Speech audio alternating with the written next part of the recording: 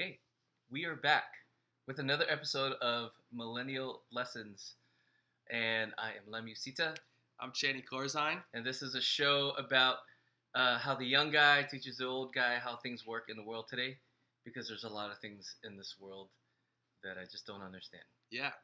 And today's topic is actually a fan sent in topic. Yes, And so I'm very excited about this one from a dear friend of the podcast. the show Yeah, sorry. Dear friend of the show. and the / podcast. Find us on iTunes. Millennial Lessons. We had someone ask us to talk about dating. Yes, And I think it was kind of a joke because, when I was in college, it was like, oh, Chandler sucks at dating. And then Lim's single. And so the guy was kind of like, hey, man, you should talk about dating, yeah, Austin. and But how we're going to take it serious. and So, how millennials how millennials date. Yeah. And so normally we don't really prep for these episodes. It's a lot of just natural conversation. and we don't fact check. Yeah. I was actually challenged on that. So I'm trying to say less stuff that isn't factual. But at the same time, I'm not going to not be who I am. I'm going to shoot my shot because I'm a Kobe fan. And we're still gonna, Oh, yeah. act like we're experts. I am an expert. And so we're talking about dating. And what we were talking about is the norms of dating. We're starting to see a regressive shift in dating among millennials and Gen Z from this formal it's actually there's two cultures on dating, but basically we're starting to see more of the free love movement that was around the 70s and the 80s. Okay, Although I wasn't around then, I don't know if you were actually. I was born in the 70s. So you saw a little bit of it. No, I didn't really see any of it. Okay. But I was born in the 70s, but Right. I was a kid through the Yeah. 70s. So I didn't experience any of that. But dating was definitely different when Right. I was in junior high, high school. Yes. Let's be honest, I didn't date in junior high. Me, I tried to. Girls didn't like me because I was fat.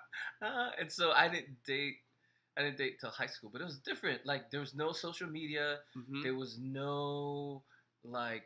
There's posting stages. about it. Yeah. There's stages, bro. All right. Let me Stages. get you caught up on these stages. Okay. Let's go. It used you remember MySpace? How there was Yes. top 8. If you made it into someone's top 8, it was dang, I think that person might be interested in you. Okay. Oh, they post on your wall. And then there was Facebook, poking. Oh, she poked you. She's trying to flirt. You can still do that. I know you can, but it's just weird now. If someone pokes you, they're probably a spam account. I got all these random spam accounts that are just poking me all the time. Different show. Yeah. And so now. Stages. Yeah. So now we're going back. So stages. It still happens almost in the exact same way it used to once there was the boom of the digital age. And so with the instant access. Wait. When was the boom of the digital age, in your opinion? I would say that the true boom of the digital age was when we were able to have internet in our hands.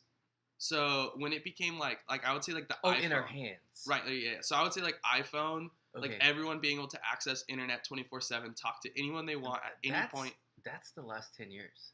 Yeah, I know. So I'm saying that's I don't know what they would classify as the digital age. That's what the phrase I'm using. Okay. But I would just say since dating has taken on a new face and a new form. For sure. Since the internet has been at your hand, because you no longer have to go out of your way to see the person, to find the person, whatever. If you're I think that person's attractive, you're just gonna start trying to Snapchat them, which where you start trying to chat over Snapchat. It's amazing to me that kids don't text each other; they just talk over Snapchat. Okay. It's not in their text message in their Snapchat because you can't find it. Okay. It's parents can't go through and read your text messages. You know what I'm saying? Yeah. Even though it's still on your phone. Right, and you could save them, but parents still won't be able to figure it out. I would say the digital age, was a little before that because relationships and the way that we related changed. Right. Well, the technology always got, Right. kind of changes the way that we relate to each other. But yes, so we're just gonna talk about how I won't say the digital. it's changed in your hand. I'll change digital age into kind of the social media age. Okay, perfect. So since the boom of social media, Okay. dating has completely changed. Okay, that's within the last 10 years. And so there was a few people that did things like eHarmony, but it was still kind of taboo. Right. And for a while, it was oh, don't do that. You're gonna the person won't be who they are. And that's still around. There's a show on MTV called Catfish. A catfish is a situation where someone has pictures and pretends to be someone that they're not. So that's what a catfish basically means. Okay. But dating has completely changed because now there's like stages where you'll like be Snapchat friends and you like DM through like Snapchat, and then you'll start sending more pictures, and then like you'll start like following each other like on Instagram and like whatever, and then like you'll start DMing through Instagram. Okay, I am doing a wedding for some friends in the next couple of weeks, and they met first on Instagram. Right, and that's like not they didn't weird know each anymore. other in like 3D. Right. Yeah. Like they well. So I was hanging out That's with how a they mom. started. I was hanging out with a mom a couple weeks ago, like going to this event, and she was telling me that her daughter met her current boyfriend. Her daughter's 16. Had met her current boyfriend through Instagram. They DM'd for a month. It was almost 2 months before they FaceTimed. So it wasn't. That's not a dating app. That's just social media. Yeah, that's so that's like just new. Like it's normal to move a lot slower. See, people think these kids are like moving so fast. Like they're moving so much slower because before it'd be like, oh, I can't wait to meet this person. It's like, no, like I can talk to someone who lives in like 4 towns away and like have a relationship with them because I can FaceTime, I can Snapchat, I can Instagram DM, I can text. I mean, no one calls each other on the phone. Like if they're gonna talk on the phone, they're gonna FaceTime. Right.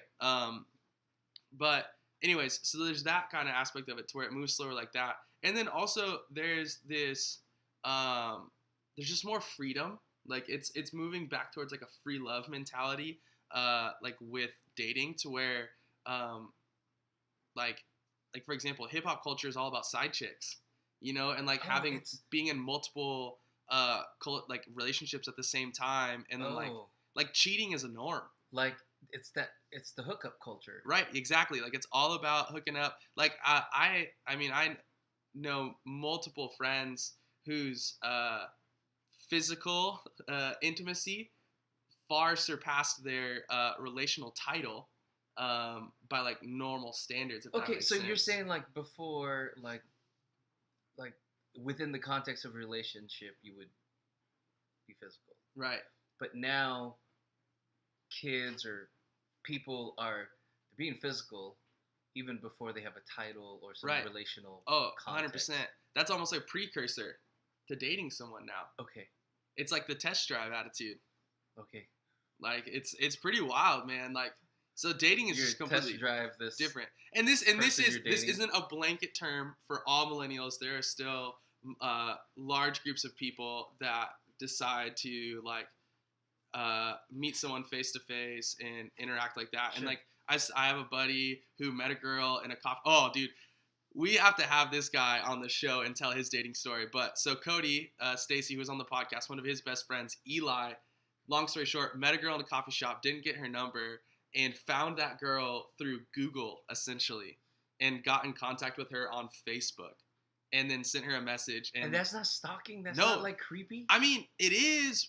I mean, it's not. I mean, I don't know if it's stalking. I didn't think it was creepy. I was like, dang, this man's just. He's working hard. Like he found a girl that he likes, and so he's gonna go for it. Like there's no limits. Like you can find and date like anyone you want in this culture. Wow. Because of like what is at your fingertips. Right, and we're putting out our identities. We're projecting our identities out into the world on social media. Yeah. And so essentially, how we can define dating today, no rules.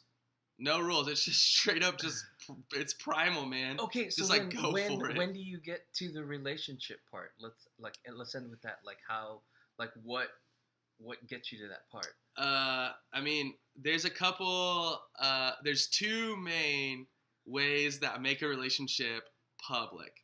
And so when people talk about making a relationship public today, they're talking about 2 main things. First thing is you post about the person on an Instagram post, not the story. So if you throw someone on your story, it's kind of like, ooh, I like them, like we're hanging out, things are cool, we're dating. So today dating means you're only going on dates.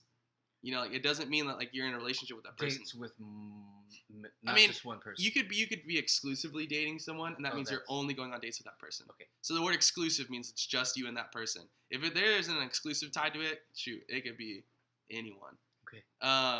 But so like posting on your Instagram, that's a big one. But when it's serious, it's serious is when you put it on Facebook official. and you say you're in a relationship and you tag the person. If you don't tag the person, it's kind of like, I'm in a relationship. We're still trying to keep it because you have a low-key. relationship status on Right. Facebook. But then when you tag in a relationship with so-and-so, and the reason why that one's more official is because that's when mom and dad find out.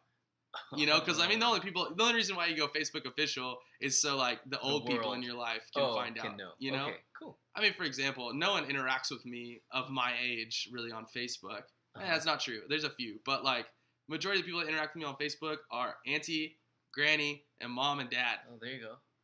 And my dad's trying to interact with me on Instagram, but he still doesn't understand how it works really. Sorry. Maybe we could do an episode on that. Yeah, but so dating. Here's a basic rundown in 30 seconds. Go. Starts with, I would say, pretty passive forms of communication. Okay. Snapchat, Instagram DMs, comments, likes, different things like that. Then it escalates generally to like FaceTime, unless you go to the same school, and then like you're in that person, you interact with them. But then from there, you know, it becomes Instagram story, and then after Instagram story, it becomes like Instagram post, and then after Instagram post, generally at the same time. Because Instagram and Facebook are paired together, you could share them. You'll go Facebook official. And so that's the stages of dating. Also, the phrase talking means that you're figuring out if you like the person or not. We're talking. It means that they're figuring out if they like each other or not. Well, there you go. Those that aren't millennials. Makes no sense. I know. That's the process. So keep watching your kids' statuses and stories and stuff. Yep. And then you'll know where they're at. And if you have any questions, you can email us. millenniallessons@gmail.com. Or you can slide in our DMs, Millennial Lessons on Instagram. That's all we got for you. Go Jethawks. Peace. Peace.